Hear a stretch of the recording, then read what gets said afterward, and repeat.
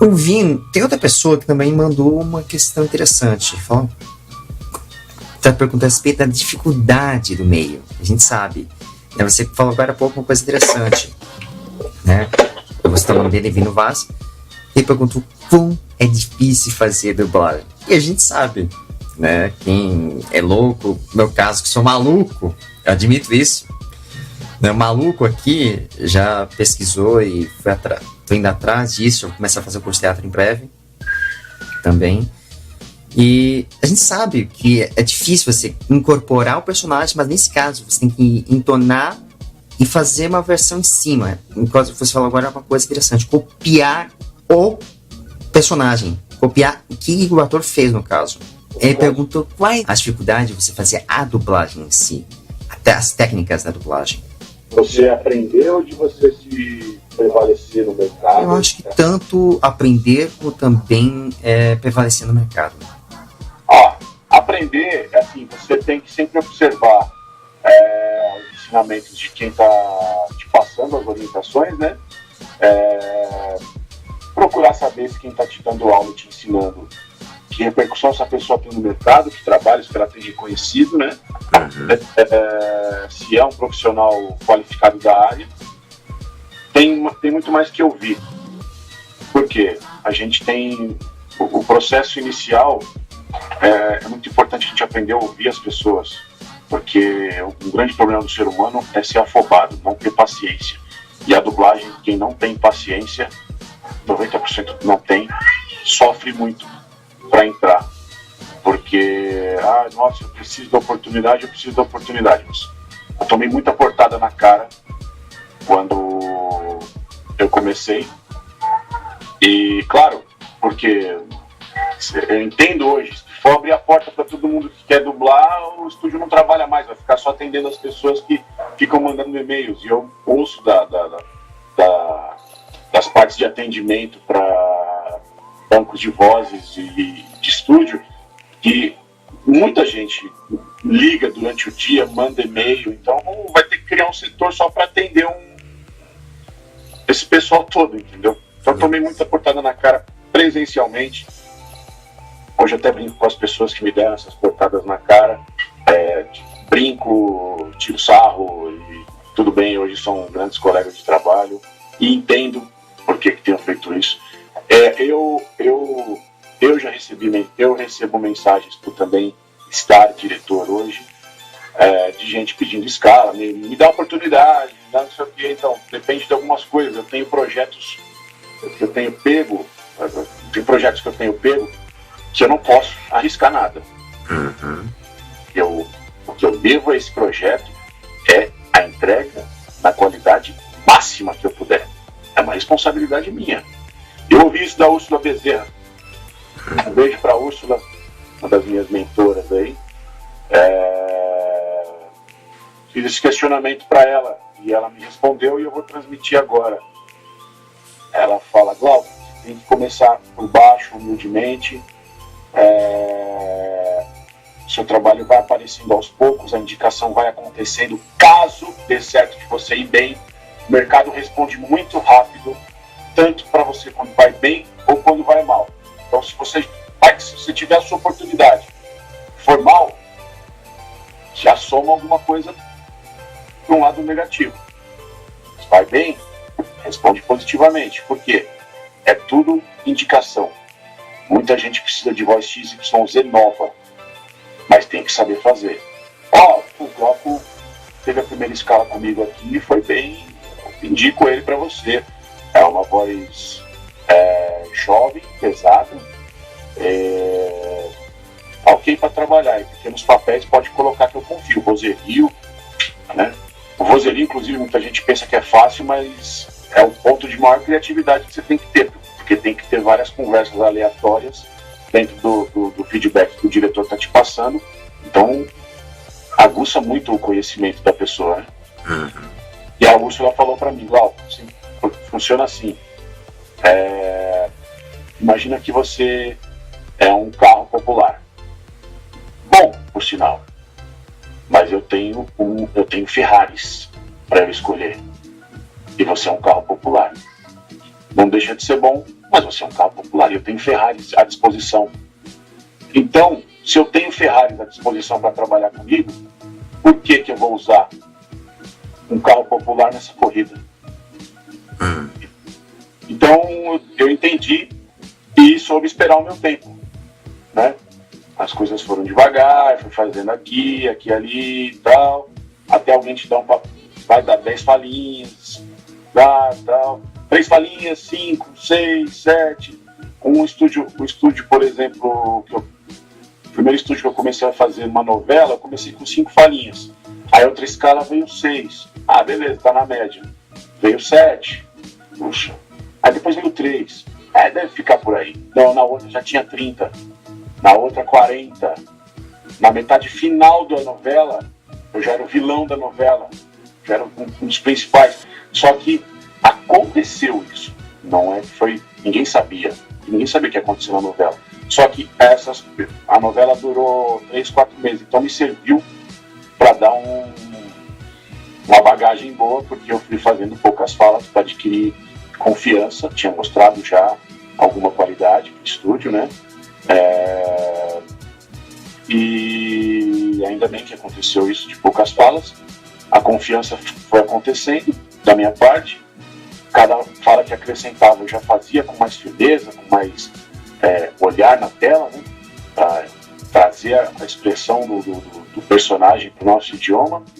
E no fim da novela eu era um dos protagonistas, sendo o vilão da novela. E por conta de ter ido bem nessa novela, eu fui colocado em outros testes. Parte desse estúdio dela.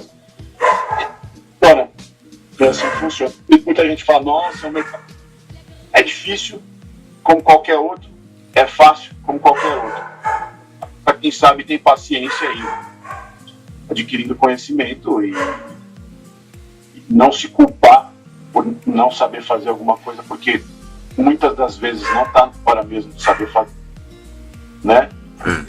E os melhores estúdios trabalham com os melhores cursos. Eu acredito que eu estou longe de ser supra-sumo de algum estúdio. Eu sou utilizado pelos melhores, mas não sou primeira opção para os melhores estúdios em vários papéis. Mas pela minha trajetória, você vê que eu não tenho nenhuma marca. Nossa, o Glauco é bom para fazer galã. Não, o Glauco é bom para fazer afrodescendente. Não, o Glauco é bom para fazer branco. O Glauco é bom para fazer índio. Não, já fiz tudo. Presto para tudo. Não sou primeira opção para nada, mas sou opção para tudo. Por quê? Vão testando em várias coisas e você acaba meio que dando certo. Então, foi assim que funcionou. Por isso que eu tenho meu tempo praticamente ocupado com esse trabalho que eu amo. Puxa, é aquela velha questão. É a persistência. É o trabalho duro. É persistência, mas é a situação assim. A gente tem que saber a hora de continuar e a hora de saber parar. Exatamente. Eu vejo muitos colegas que começaram comigo que deveriam estar fazendo outra coisa na vida. E isso vale para quem está a fim de começar também. Como o mercado responde rápido, ele vai dizer se você é bom ou não. Tem colegas que ficam fazendo o mesmo tipo de trabalho, 2, 3 horinhas de trabalho na semana ou no mês até, e culpam o mercado. É panela, não sei o quê. Olha para dentro de si. Será que é panela mesmo? Tem muita gente trabalhando bastante. Será que é panela mesmo? E o que é panela? Fala para mim, agora, o que você faz assim de bacana que você precisa dar uma qualidade? Nossa, eu faço pintura de quadros e eu tenho que montar uma equipe. Eu tenho 10 colegas e eu preciso de 5. Quais os 5 que você vai escolher, Eduardo? Vai escolher os melhores para essa pintura. Estou certo ou estou errado? Exatamente. Então, fatalmente, quem já vai trabalhando, já vai praticando, porque vai ganhando ritmo por já ser bom. E a coisa acontece mesmo. Só que, então, passam-se os anos, aí cabe o profissional fazer uma autocrítica, uma avaliação de si. Poxa, já estou há tanto tempo e os caras estão dando certo e eu não. Eu sou um cara educado. Muito bem, todo mundo tem a sua oportunidade. Cabe a você. Como é que você vai estar preparado para isso? Vai estar preparado? Não vai estar? Se tiver preparado, vai estar com o emocional legal na hora que tiver a primeira oportunidade? E pode estar preparado, o emocional não está legal e as coisas não darem certo. Mas também não quer dizer que deve desistir. Entende? Por isso que eu falo, uma coisa de muita paciência e acima de tudo, de muito autocrítica. Eu vou entrar numa questão que é interessante, que é sobre localização de jogos. Antes que alguém nos pergunte, né, que tem inclusive acompanhei, eu estive na palestra que você ministrou um tempo atrás com o Júnior Nanete, a Rebeca Zadra, e houve uma baita discussão interessante sobre esse mercado. Então, localização de jogos, praticamente não é uma dublagem, é outro tipo de mercado, é outra linha. Caso você trabalha com a voz, você não dubla a voz, você faz em cima do áudio e deixar exatamente no mesmo tamanho, é outro tipo de produção, né? Basicamente a gente a gente faz a interpretação em cima da voz original, basicamente, né? E eu queria que você contasse um pouco das dificuldades, tanto de se adaptar a esse áudio, como também traduzir um jogo. Não deixa de ser dublagem, tá? A gente ouve falar muito de localização. O que é localização? Você sabe o que é localização? O que é localização? Como o jogo é feito em vários idiomas, é dublado em vários idiomas, tem a produção original, né? Se for um anime é japonês, se for um jogo de guerra pode ser americano, pode ser em inglês. E o que é essa localização? A localização é o processo de identificação das falas, onde você vai iniciar o jogo, você escolhe a linguagem que você quer, do áudio que você quer ouvir, conforme você interage no jogo, certo? Então, o que é essa localização? Se você escolhe português, ele vai, para cada cena direcionada, ele vai te localizar dentro da pasta onde estão os áudios em português. Por isso que chamam localização. Por exemplo, quando a gente vai gravar, a tradução às vezes coloca da seguinte forma. Vamos dar um exemplo aqui de gêneros, que é onde a gente tem que tomar muito cuidado na localização, porque, por exemplo, eu teve na palestra, acho que eu citei isso. Detroit Become Human, tem uma anfitriã no começo do jogo, uma moça muito bonita, uma androide muito bonita, que interage diretamente com o jogador, e ela começa com boas-vindas. Já logo vou antecipar que boas-vindas é uma coisa que vocês vão ouvir bastante em dublagens de game, em localização, porque a gente não tem a imagem, a gente não sabe muitas vezes não, a maioria das vezes, com quem o personagem está contracenando em termos de imagem. A gente tem a ligação dos diálogos, mas não sabe muito pelo ouvido, né?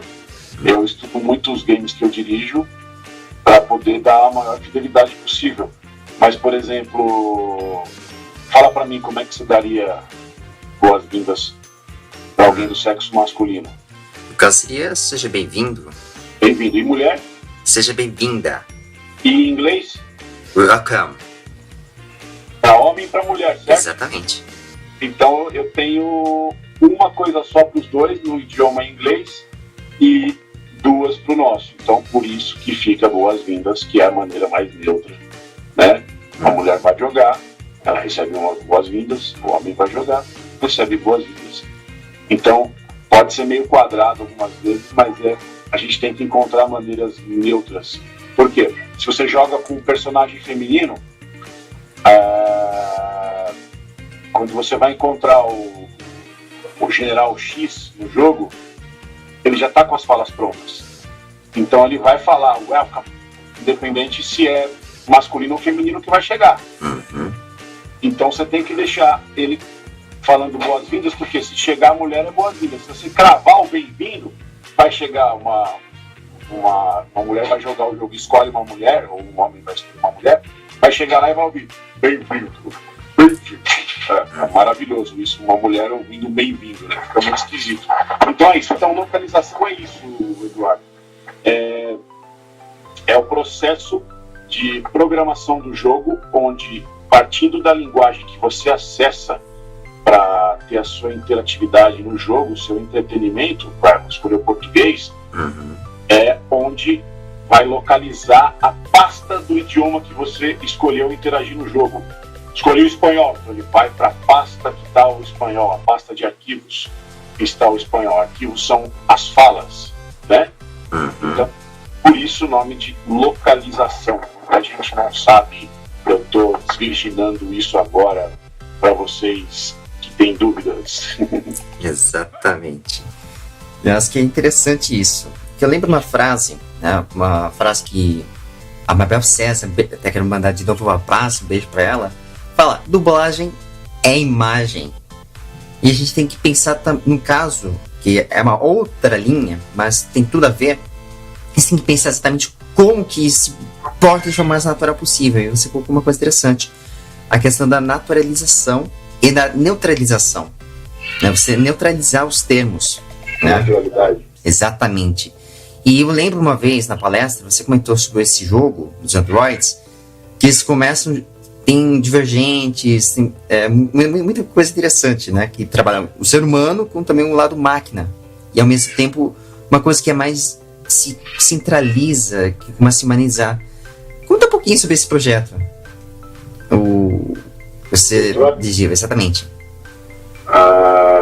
O Detroit, eu tô com um projeto novo que eu não posso divulgar, mas o Detroit ainda é, na minha opinião, o projeto mais enriquecedor que eu já peguei. Já teve outras localizações, inclusive saiu agora o Lego Vilões da DC, né? E onde eu dirigi praticamente a maior parte do jogo, eu dirigi todos os principais, foi inclusive no Rio de Janeiro, eu dirigi o Guilherme Briggs, o Márcio Simões, o Felipe Maia, Priscila Morim, ótimos profissionais, fiz amizade com todos eles, foi um prazer trabalhar com eles. E no caso do Detroit, então, Detroit comparado com esses outros jogos, os outros passam a se tornar mais fáceis de fazer comparado ao Detroit, porque a gente tem 3 tipos de linguagem envolvendo o jogo de identificação de personagens. Então, o Lego Vilões da DC, por isso que eu citei, a gente já sabe como funciona.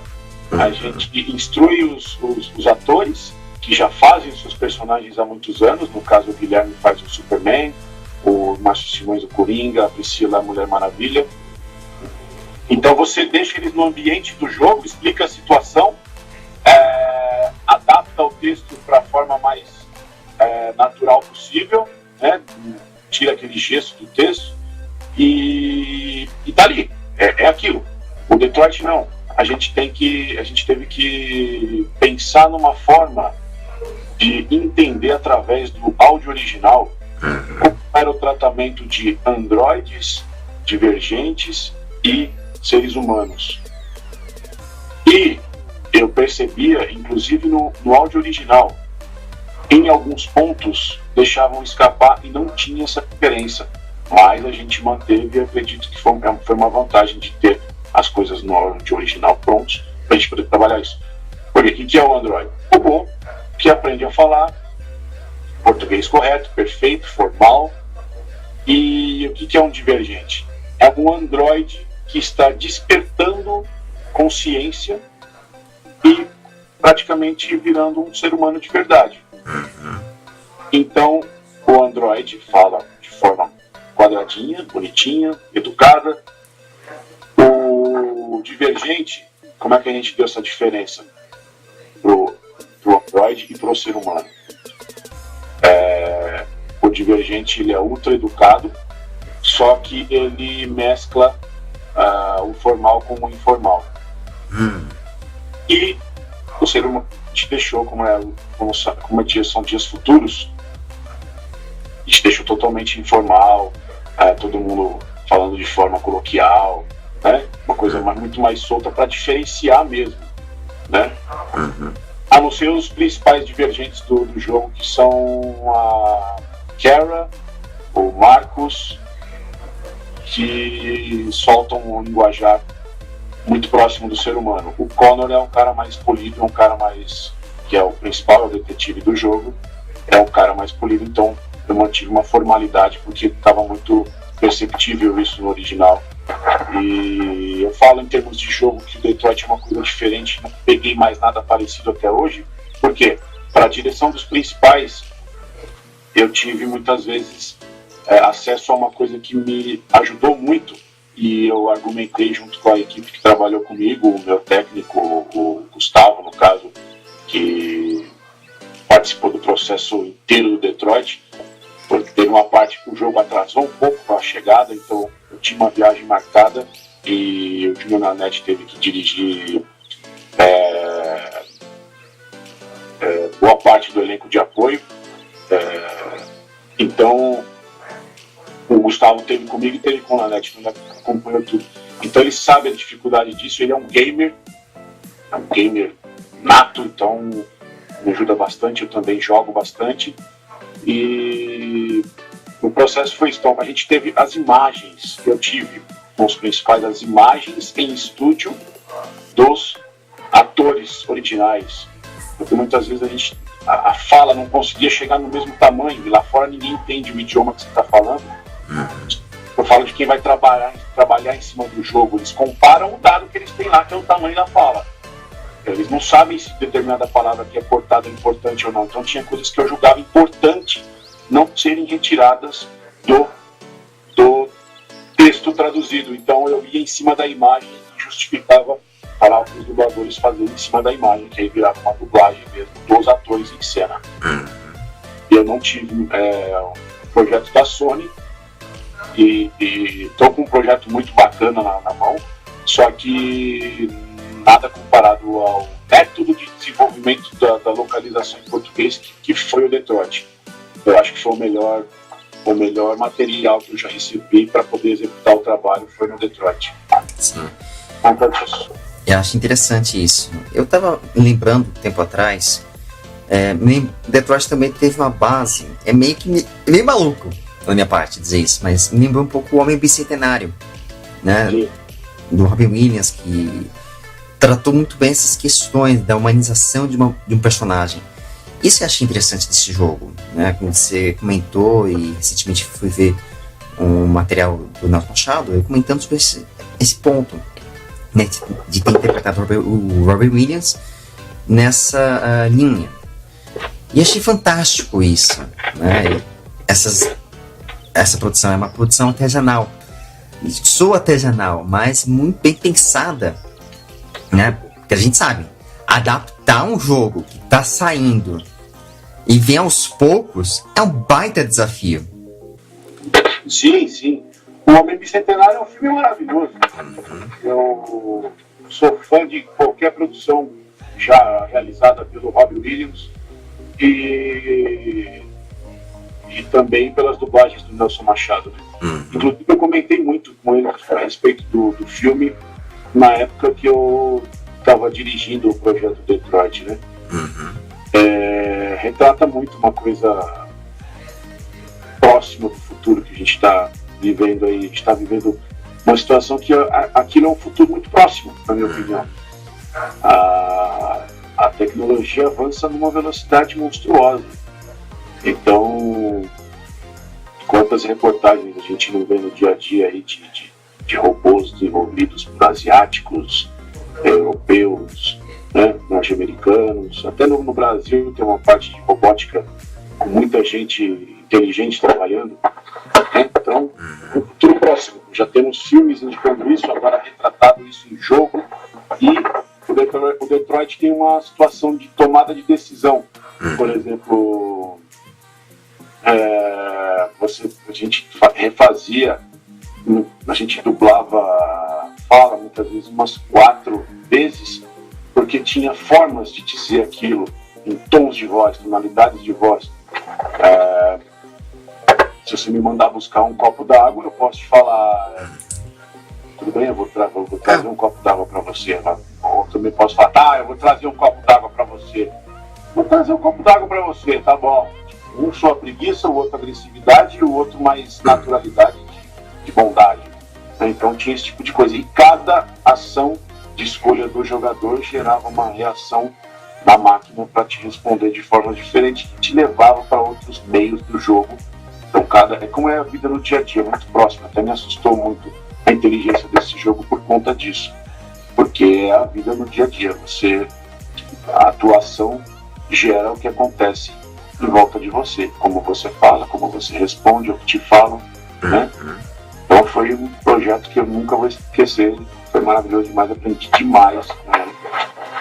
Me deu um conhecimento, me trouxe um aprendizado muito grande trabalhar com o Detroit e todo esse elenco sensacional que está registrado aí já. Sim, e eu fico, assim, abismado. Eu lembro uma vez, eu vou até contar um caso, na verdade, lembrar e repassar um caso. A própria Regina Bittar, que é uma locutora bem conhecida nesse universo, inclusive no Google, ela foi originalmente a voz do Google, ela contou uma coisa interessante. Nós chegamos até um número astronômico de bits, mais de 1 septilhão de bits. Olha o número que está saindo de informação, é um número gigantesco. Logo vai ficar 6 vezes maior esse número, 6 vezes 6 septilhões. É uma loucura. É um número, se você for parar para pensar, acho que é essa tendência. Nós entramos para o universo do EA, da inteligência artificial, e isso está cada vez mais se tornando uma realidade.